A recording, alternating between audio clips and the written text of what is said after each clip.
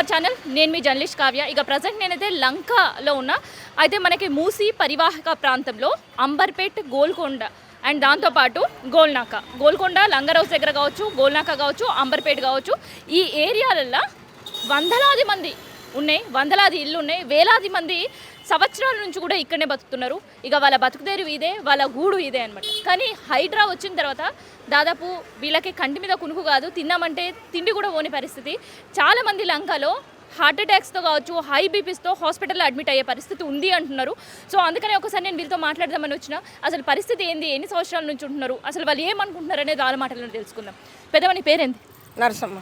ఎన్ని సంవత్సరాలకి వెళ్ళి ఉంటున్నారు? ఇప్పుడు 30-35 ఏళ్ళు అయ్యమ్మ మేము ఉండబట్టి. మా పిల్లలు కూడా ఇన్నే ఉట్టిర్రు, పిల్లలు కూడా ఇన్నే పెరిగిర్రు. మా మనమరాన్లు, మనమలు, బిడ్డలు వీళ్ళందరినీ ఎత్తుకొని ఎక్కడ పోతాం మేడం? మాకు ఇట్లా పని చేసుకొని బతుకుతాం. పోయి బాసన దోమాలే, తెచ్చుకోవాలి, వాళ్ళు బుక్కడ పెడితే తినాలి. ఇక మనసులో పడతలేదు, మన టెన్షన్ బీపీ పెరుగుతుంది. ఇగో ఇదే అవుతుంది మాకు. టెన్షన్, నిద్ర పడతలేదు, పంటే తింటే పెయిన పడతలేదు. కూల కొడతాడట, ఎప్పుడు వస్తాడో, కూల కొడతాడట, ఎప్పుడు వస్తాడో అని భయం వచ్చింది మాకు. అది మంచిగా ఉండే. ఆయన మంచిగా చేసిండు. కేసీఆర్ గారు ఇచ్చేటోళ్ళకి ఇచ్చిండు. కేసీఆర్ రెడ్డి ఆయన కడుపు చల్లకుండా ఎంత మంచిగా చేసిండు. ఆయన హల్వా చేసిండు, మోరి కట్టించిండు, నల్లలు తెచ్చిండు, కరెంటు తెచ్చిండు, నల్లలు వేసిండు. ఏం లేకుండే, చీకటి ఉండే అప్పుడు. ఇవన్నీ చేసిండు మేడం. 10 సంవత్సరాలు ఎప్పుడైనా ఇంత భయపడ్డారా? మేము 35 ఏళ్ళు అవుతుంది ఇంట్లోకి వచ్చి. 35 ఏళ్ళ నుంచి మాకు ఏం భయం లేకుండే. పెద్ద నద్ది వచ్చింది మాకు, గోడకు దాలుగా వచ్చినాయి, కానీ మా ఇంట్లోకి నీళ్ళు రాలే. ఎందుకు చెప్తుండో అర్థమైతలేదు. మరి ఏం పగబట్టిండో మా మీద, అదే పారితిస్తున్నాం దేవుని. ఎటు పోతారు మేడం? వీళ్ళందరినీ తీసుకొని, జిల్లల్ని తీసుకొని ఎక్కడ పోతాం? నెత్తి మీద పెట్టుకొని ఏదో రూపాయి గిట్లా పని చేసుకుంటూ వచ్చి ఏదో ఇంత జాబ్ కొనుక్కున్నాం, కట్టుకున్నాం ఇల్లు. ఉపాసం ఉండో ఇప్పుడు ఉండో కట్టుకున్నాం. గిట్లా చేస్తున్నాం. ఇక్కడ ఉండే వాళ్ళందరూ కబ్జా చేసిర్రు అని అంటున్నారు. కబ్జా ఎందుకు చేసినాం మేడం? కాగితాలతో సహా ఉన్నాయి. పైసలు పెట్టుకున్నాం. మరి మీరు పైసలు పెట్టి కొన్నారు, పర్మిషన్లు ఇచ్చారు అధికారులు? ఇచ్చారు. రిజిస్టర్ కూడా చేపించుకున్నాం, పట్టాలు అయినాయి. మరి ఇప్పుడు వచ్చి కూల్ చేస్తుడు అన్నాడు, ఎంతవరకు కరెక్ట్? మరి ఎందుకు కూడిపోయాలి? మరి ఎటు పోతాం మేము? ఆయన ఎందుకు ఇట్లా చేస్తుండు మమ్మల్ని? కూర్చేస్తున్నా ఏం కాదు కదా మేడం. 25 సంవత్సరాల నుంచి ఉంటున్నాం మేడం. 2 ఆడపిల్లలు, 1 బాబుండు, 3 పిల్లలు నాకు. ఒక్కడే చేయాలి. ఏదో కాలువ పక్కకున్న మా వాళ్ళు వద్దన్నా కానీ ఏదో మంచిగా ఉంటాంలే అనుకున్నాం. కానీ నా పెళ్ళైన నుంచి చూస్తున్నాను, ఇప్పటివరకు ఎప్పుడు ఏ ఆటంకాలు రాలేదు, ఏ సార్లు ఉన్నా కానీ. ఈయన వచ్చిన నుంచి అయితే మాకైతే ఈ 2 నెలల నుంచి నిద్ర లేదు. మా ఆయన కళ్ళు తిరిగి పడిపోయిండు, నాకేమో కాళ్ళ నొప్పులు. ఇలాంటి వస్తున్నాయి ఆటంకాలు. 15 ఏళ్ళ కింద మా పాప ప్రెగ్నెంట్ ఉన్నప్పుడు కూడా ఆ నాలా దగ్గర ఉండకండి అంటే కూడా అప్పుడు కూడా ఒక ఒడ్డు వెళ్ళిపోండి అని చెప్పినప్పుడు కూడా ఒక నీళ్లు రాలేదు చుక్క. ఇప్పుడేమో సుందరీకరణ అని మా పేదోళ్ళ మీద ఇట్లా పడ్డాను. ఆస్తులు ఉన్నాయి, అంతస్తులు ఉన్నాయి, ఏదో ఉన్న కాడికి కూడా పెట్టుకొని, డబ్బులు కూడా పెట్టుకొని ఒక్కటి చేసుకుంటూ కష్టపడి ఆడపిల్లల చదువులు చదివించుకుంటే ఏదో ఉంటున్నాం మేడం. ఆ ఉన్న గూటిని కూడా ఉండకుండా చేసేస్తున్నారు. ఇలా అయితే ఎట్లా మేడం? మేము మంచిగా అవుతుందని ఓట్లు వేస్తాం కదా, ఓట్లు అప్పుడేమో అమ్మ, అక్క, చెల్లి అని వస్తారు. ఇది చేసామమ్మా, అది చేసామా అన్నారు. కానీ ఇది వచ్చిన నుంచి అయితే మాకు అస్సలు ఏం లేదమ్మా, ఆధారమే లేకుండా పోతుంది. కష్టపడ్డోళ్ళు కూడా ఇంట్లో కూర్చున్నట్టు అయిపోతున్నాం. పిల్లలు చదువులు చూడాలా, ఇల్లు చూడాలా, అతను బీమార్ అయితే చూడాలా. ఇలాంటి ప్రశ్నలు ఉన్నాయి. ఏం చెప్పాలి? వాడు వచ్చి నుంచి మారుతాయి అనుకున్నాం. పిల్లలకు మంచిగా చేసి ఆడపిల్లలకు ఇది గృహలక్ష్మి అవన్నీ ఇస్తారనుకున్నాం. కానీ ఇళ్ళ చుట్టూ తిరుగుతూ ఉంటా, ఇల్లులు తీస్తా అని విక్కుంటుండమ్మా. డబ్బులు ఇస్తా, బస్సులు ఫ్రీ అని. బస్సులలో ఊకే ఎందుకు పోతారమ్మా? కాలేజ్ పిల్లలు బస్సులలో ఒక కింద పడి ఆటోకి పైసలు ఇస్తున్నాం. ఉన్నవాళ్ళమ్మా మేము. ఒక్కటి చేయాలి, ఇంతమంది ఉండాలి, 6 మంది. 8 నెలల నుంచి ఒకటి ఇంటి ఒకటి అవుతుంది. ఈ 2 నెలల నుంచి అయితే మొత్తం మా గోల్నాక అయితే లంక పిచ్చోళ్ళు అయిపోతున్నామమ్మా. ఏం చేయాలో అర్థమవుతలేదు. మాకు న్యాయం చేయమని రేవంత్ సార్కి చెప్పండి. మేమైతే ఇక్కడ నుంచి పోం మేడం. మేము డబుల్ బెడ్రూమ్ మాకు అస్సలు అవసరం లేదు. అసలు కనకమ్మ, ఇప్పుడు మీరు మంచి చేస్తారనే ఓట్లు వేసారు. అవును మేడం. మంచి అయ్యిందా మీకు? కాలేదు మేడం. మంచిగా చేస్తారు.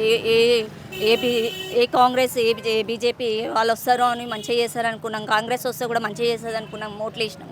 ఇట్లా రోడ్డు పాలు చేసి మాకు ఏమవసరం మేడం? ఇంట్లో పని చేసుకుంటా, ఏదో పిల్లలను చదివించుకుంటా, అతను చేసుకుంటే ఇంట్లో పని, బయట పని చేసుకుంటా, మేము వచ్చి కూర్చొని ఇంట్లో ఉండేటోళ్ళని రోడ్డు మీదకి ఎక్కించినాడు. ఇదా ప్రజాపాలన చేసేది? టీఆర్ఎస్ బాగానే ఉంది మేడం. ఇలాంటివి ఎప్పుడు రాలేదు. ఓట్లు వేసినా కానీ ఆయన 10 ఏళ్ళు ఉన్నాడు కానీ మంచి పనులే చేసిండు. కాలేజ్ పిల్లలైనా ఇబ్బంది, మమ్మీ మేము బస్సులలో పోలేకపోతున్నాం అంటారు. బస్సులు ఫ్రీ పెట్టినవురా, వాళ్ళు ఎక్కలేకపోతున్నారు. ఆడపిల్లలు చదువుకున్న పిల్లలు కొనాకు నిలుచొని వస్తే ఎట్లుంటుంది? ఫ్రీ ఉందని మగవాళ్ళే ఎక్కుతున్నారు, ఆడవాళ్ళు తక్కువైపోయారంట. వాళ్ళు నూకునుడు కాలేజ్ చదువుకున్న పిల్లలు ఎక్కుతారా? మాకు వద్దు, మాకు డబుల్ బెడ్రూమ్లు వద్దు, ఏ రూమ్లు ఏ వద్దు, మా ఇల్లు మాకు కావాలి మేడం. మేమైతే ఊరుకోము, ఇక్కడ నుంచి కదలం మేము. లేదు మేడం, మొత్తం పోయింది. వస్తాడు ఫస్ట్ స్టార్టింగ్లో మంచిగా చెప్పిండు, ఏమో చేస్తాడులే ఆధారం. ఇంట్లో ఉన్న వాళ్ళకి కూడా చేతగాని వాళ్ళకి వస్తుంది, గృహలక్ష్మి ఏమో వస్తుంది, బస్సులు ఫ్రీ అయినా పోనీ అనుకున్నాం. కానీ మొత్తం రోడ్డు పాలేసి ఉన్నది వచ్చి మార్కింగ్ లేచి పోతాడు అనుకోలేము. ఏం చేయాలి? కోల్పోయి వచ్చినాడు, మేము పోనీయం కూడా మేడం. మేమైతే ఊకో, మా ఇల్లులు మాకు కావాలి. మాకు డబుల్ బెడ్రూమ్ అస్సలు అవసరం లేదు. మా పిల్లలు ఉండరు, చదువుకునే పిల్లలు ఉండమంటే నల్లది ఉండదు, డేనిస్లు ఉండదు. ఉన్న వాళ్ళే ఖాళీ చేసి వచ్చారు మేడం. ఆ ఇల్లు ఇస్తా అంటే మేము ఎట్లా పోతాం? ఉన్న అప్పు చేసి ఏదో రూపాయి పెట్టుకున్న ఇల్లు ఇసి పెట్టి డబుల్ బెడ్రూమ్లో ఉండు అని చెప్తున్నారు. మీరే న్యాయం చేయాలి సార్, సీఎం సార్కి చెప్పండి మేడం ప్లీజ్. అంతే.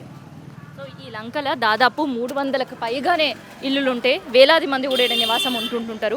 కానీ ఇలా మనం చూస్తుంటే లంకలో ఉండే జనాలందరూ కూడా ఇంటి బయటకు వచ్చే పరిస్థితి.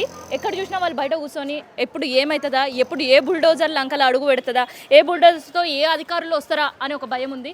సో ఈ భయం ఏంటంటే ఇంకోవైపు మనం చూస్తుంటే పోలీసు పహారా కూడా తిరుగుతుంటారో వాళ్ళ భయం ఇంకా పెరిగే పరిస్థితి. సో ఇన్ని రోజులు ప్రశాంతంగా ఉండేటోళ్ళు, రెక్కల కష్టం చేసుకొని వచ్చి ఇంత దీని ప్రశాంతంగా మడుకునేటోళ్ళు. కానీ ఇవాళ మాత్రం వాళ్ళ కంటి మీద కునుకులేదు, పల్లెంలో అన్నం లేని పరిస్థితి. ఎందుకంటే ఆ మాట నేను ఎందుకు చెప్తున్నా అంటే ఇక్కడ ఉండే వాళ్ళందరూ కూడా కూలీ నాలి చేసే బతికేటోళ్ళు. పొద్దున కూలీకి పోయారంటే సాయంత్రం వాళ్ళు తెచ్చుకున్న పైసలతోటి, లేదంటే పాచి పనులకు పోతే అక్కడ వాళ్ళు పెట్టే ఫుడ్ తోటే వాళ్ళ కడుపు నిండుకునే పరిస్థితి. మరి అట్లాంటి వాళ్ళు ఎందుకు ఇవాళ పనులను వదిలిపెట్టేసి ఇక్కడ రోడ్డు మీద కావాలా కాస్తున్నారు? వాళ్ళ ఇంటి ముందు ఎందుకు వాళ్ళు సెక్యూరిటీగా ఉండే పరిస్థితి వచ్చిందనేది వాళ్ళ మాటలు నేను తెలుసుకుందాం. నీ పేరేందా? ప్రమీల.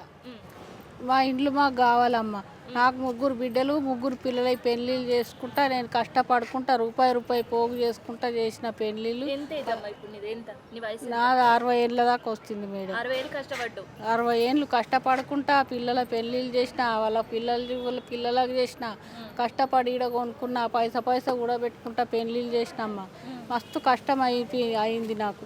మా ఇల్లు నాకు కావాలి. 100 గజాలే ఉన్నది కానీ ఉన్నంతలో గూడు మాకు కావాలమ్మా. మస్తు కష్టపడ్డా నేను. ఇంతవరకు దాకా మా కొడుకు పెళ్లి చేసిన, మా బిడ్డలకు చేసిన, 3కి 4 పిల్లలు మేడం నాకు. మా బిడ్డ చిన్న బిడ్డ నీళ్ళే అంతానే ఉంటుంది, నీ లెక్కనే ఉంటుంది. అందరికి చేసినమ్మా. మా ఇండ్లు మాకు కావాలి. మాకు డబల్ బెడ్రూమ్ వద్దు, ఏదొద్దు, మా ఇండ్లు మాకు కావాలి. మరి ఇన్ని సంవత్సరాలు కష్టపడ్డావు కదా, ఇప్పుడు ఇల్లు కూలగొడతామని మార్కింగ్ చేసి పోతే ఏంది పరిస్థితి? మరి ఏంది పరిస్థితి? ఇట్లా మా ఇంట్లో మేము ఉండవు, కూలో నాలో చేసుకొని మా ఆయన కూడా శాత కాకుండా అయింది. ఏం పని చేస్తలేడు. ఇక నాకు కూడా శాతం అవుతలేదు. ఈడ ఎండోగ్రామ్ అయింది, అది ఈడ ఆటకాడ ఏం పని చేయడానికి శాతం అవుతలేదు నాకు. ఇన్ని రోజులు చేసి అందరికి పిల్లలకు బిడ్డలకు వాళ్ళు అందరికి చేసి ఇంతవరకు వచ్చినమ్మా. ఇప్పుడు ఇల్లు పోతుందంటే ఎంత టెన్షన్ ఉంటుంది మనిషికి, ఎంత ఏది ఉంటుంది. ఇక మా బిడ్డలేమో టెన్షన్ పెట్టుకోకు, నీకు మంచిగా లేదు పానము అదని మా బిడ్డలు అంటున్నారు. ఇక ఏం చేయాలి? ఇట్లా టెన్షన్ పెట్టే పరిస్థితే కదా ఇప్పుడు ఇది కదా. అంతే కరెక్టే. మరి ఇప్పుడు కొత్త గవర్నమెంట్ వచ్చిన తర్వాత ఏమైనా మారినాయి మీ బతుకులు? ఇప్పుడు ఫ్రీ బస్ అంటున్నాడు, బతుకమ్మ పండుగ 500 అంటున్నాడు. ఏది లేదు, రూపాయి కూడా ఇస్తులేదు మీరు. వాళ్ళకే ఓట్లు వేసినాము, ఏమి ఇవ్వలేదు. కానీ ఇప్పుడు కూడా ఏమి ఇవ్వకున్నా సరే మా ఇండ్లు మాకు ఉంటే చాలు. గట్లనే పని చేసుకొని గట్లే బుక్కడు తినుకుంటా గట్లనే ఉంటాం. ఇక మాకు అస్సలే వద్దు డబల్ బెడ్రూమ్. యాన్నో ఇస్తే మా పిల్లలు ఎట్లా బతుకుతారు? మా పిల్లలకు చదువులు గిదువులు అడవిలు ఎత్తేస్తే మేము ఎక్కడానికి పోవాలి? తిరగాలి? ఎట్లుంటాం మేము? ఇక్కడ మా ఇండ్లు మాకు కావాలమ్మా. ఇప్పుడు కొత్త గవర్నమెంట్ మంచిగా ఉందా, పాత గవర్నమెంట్ ఉన్నప్పుడు? పాతదే మంచిగా ఉంది. కేసీఆర్ ఉన్నప్పుడే మంచిగా ఉంది. ఈయన వచ్చి మొత్తం బతుకులన్నీ ఖరాబ్ చేస్తుండు మనుషులు. కేసీఆరే మంచిగా చేసిండు. ఇప్పుడు వచ్చి ఆయన ఏం మంచిగా చేస్తలేడు. పెన్షన్లు వచ్చేవా కేసీఆర్ గవర్నమెంట్ ఉన్నప్పుడు మీకు? వచ్చినాయి, మా ఆయనకు వచ్చినాయి, మా భర్తకు వచ్చినాయి, వస్తున్నాయి, ఇప్పుడు కూడా వస్తున్నాయి. పింఛన్ వస్తుంది. కష్టం ఏం లేదు, ఏం చేయలే, మేలు చేయలేదు, ఏం చేయలేదు. ఇప్పుడు ఇండ్లు కూడా ఓడతామని అంటున్నారు. ఆయన ఏం మేలు చేయలేదు మాకు. మరి రేవంత్ రెడ్డికి ఏం చెప్పాలనుకుంటున్నాను? ఏం చెప్పాలి, మా ఇండ్లు మాకు కావాలి, మాకు డబల్ బెడ్రూమ్ వద్దు, ఏదొద్దు, మా ఇండ్లే మాకు కావాలి. మాకు ఉన్న గూడు ఎంత ఉన్నదో అంత, ఎంత ఉంటే అంత ఎవరి ఇల్లు వాళ్ళకు ఇచ్చేస్తే చాలు, కూలగొట్టకుంటుంటే చాలు, అంతే. ఇక మా కష్టం మేము, మా బాధ మేము పడతాం, మాది మేము ఉంటాం.